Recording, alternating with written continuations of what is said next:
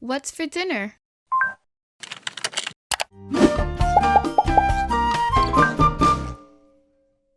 Hey everyone, I'm Chef Z, and welcome back to a very special episode of Chef Z Cooks. Today I'll be sharing my favorite roasted turkey recipe. Now, this is a recipe that is super tasty, super yummy, and oh so juicy, and that's because I'll be using my Pernil marinade to actually season the turkey. Now, I am changing just a few things from my Pernil recipe to accommodate the turkey, and I'll go into details about that more later on. But more importantly, whenever you buy your turkey, number one, give it a few days to actually defrost, because one of the worst things you can do is take that frozen turkey, season it, throw it into the oven, and think that it's gonna be done. Because listen, so much happens when you cook a frozen turkey. Just Google it and trust me, you want to avoid it. The other thing you do want to know is how big your actual turkey is. So you want to know just how much it weighs, because very similar to the pernil, how much the turkey weighs is going to determine just how much salt you're going to actually put in it and how long it's going to take for it to actually cook. Now, for most of you, I imagine that this is going to be your first turkey or the first Thanksgiving that you're hosting all on your own. I remember mine. And one of the things I remember just being super, super nervous about was, is my turkey done? Like, I know it comes with a little red thing that pops up when it's done, but there's still a part of you that's like, wait a minute, is it done? Is it gonna be dry? Oh my God. You will be all right. There. There's a few things you can do to make sure that your turkey is going to be done. And one of the things I love to do is actually use a meat thermometer to see if it's done. Now, I'll link the one down below in the description box that I like to use, but just for your reference, you want to make sure that the breast, the thickest part of the breast, is cooked to about 165 degrees, and then the thickest part of the thigh is cooked to about 180 degrees Fahrenheit. Let's go ahead and jump right into this recipe. We're going to use the same marinade that I used to make a pernil.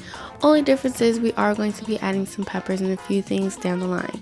First things first, you do want to wash your turkey with some vinegar, some lime juice, and some cold water. And you want to make sure to rub that all in. And the great thing about this is that this also acts like a brine. So I do like to let the turkey sit in this for about 20 minutes to an hour.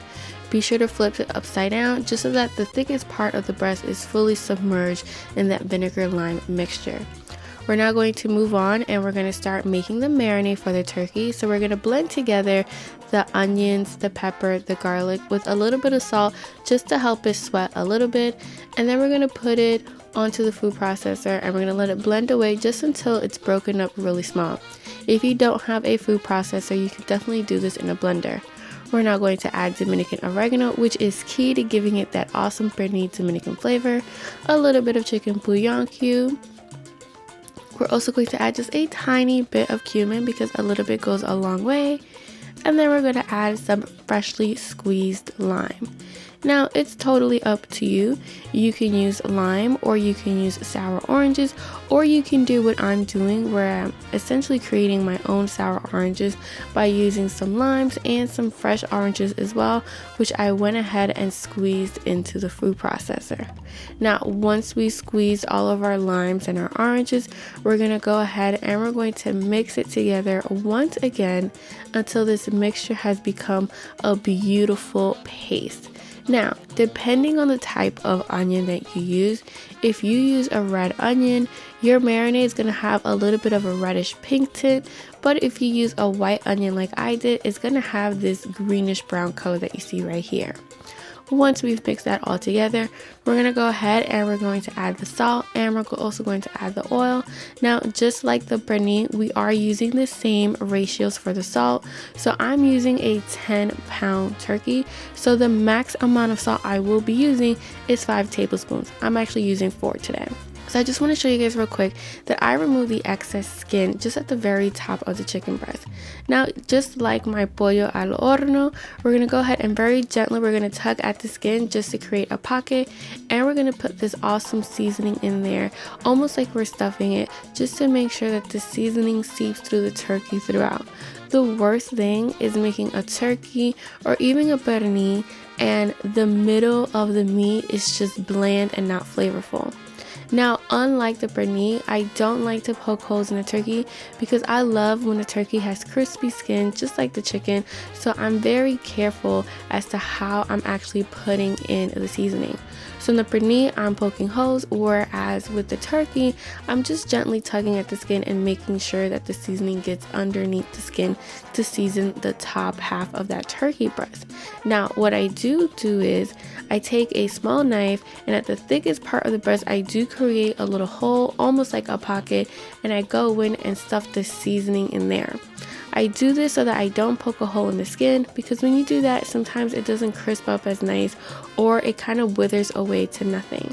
So once I've seasoned the breast, we're going to go ahead and season the rest of the turkey, being sure to get in all the nooks and cranny, and you definitely want to season that drumstick really nicely. I then flip it over and I season the other side. And just like the breast, I go in and tug a little bit at the skin just to create a nice little pocket, and I put this seasoning in there as well.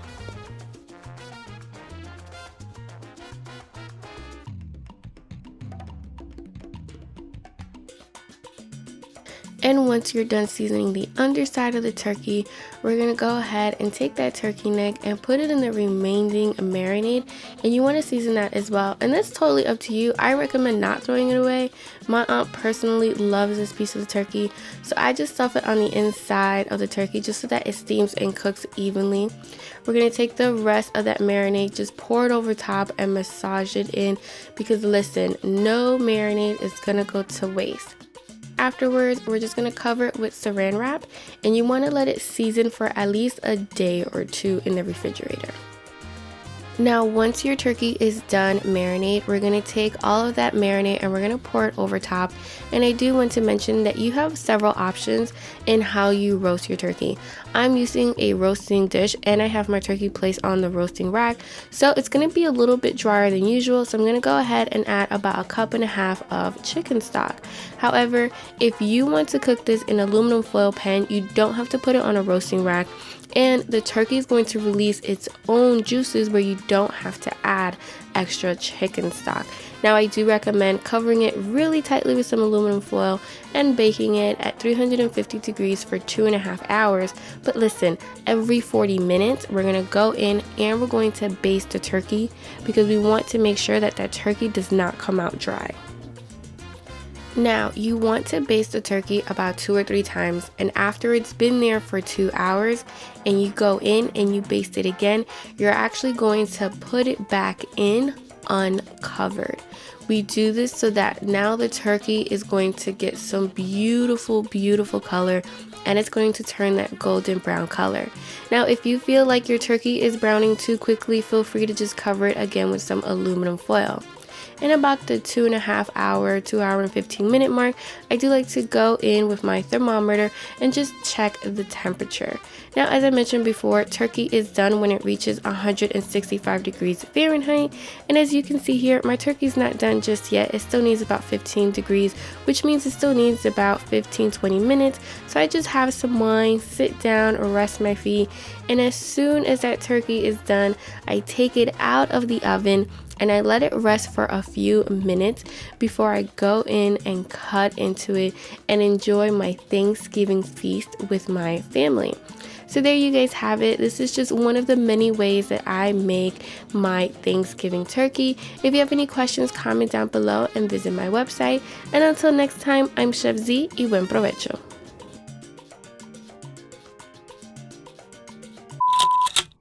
Okay, guys, quick tip for everyone out there who's going to be making a turkey either this Thanksgiving or if you like to make other roasts like London broil or pot roast or meatloaf. There's just so many yummy things. Do yourself a favor and invest in a roaster. Now, for the longest time, I was using aluminum foil pans, and I still do it, especially if, say, I'm making a pernil and I'm gonna be taking that to a party. It's just so much easier for me to make it in the aluminum pan and then take it and then dispose of it. But for certain things that just, when they come around year after year after year, like the turkey, I do recommend getting a roaster. It's just so much better for the environment, and it just looks so pretty when you actually present it.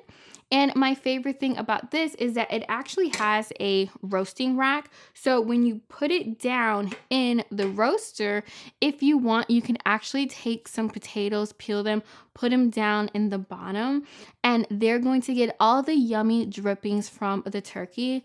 Another great thing about the roaster that I personally have is that I can actually put it on the stove and make some turkey gravy right away. In case you're interested in the roaster that I have, I will link that down below in the description box, and I'll try to recommend some other ones in a blog post that I'll be writing about this yummy turkey recipe.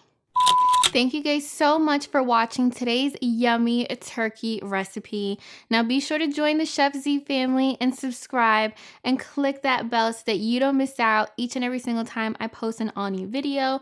And guess what, guys? I cook quite a bit. In fact, I have so many recipes here on my channel, so be sure and check them out right here.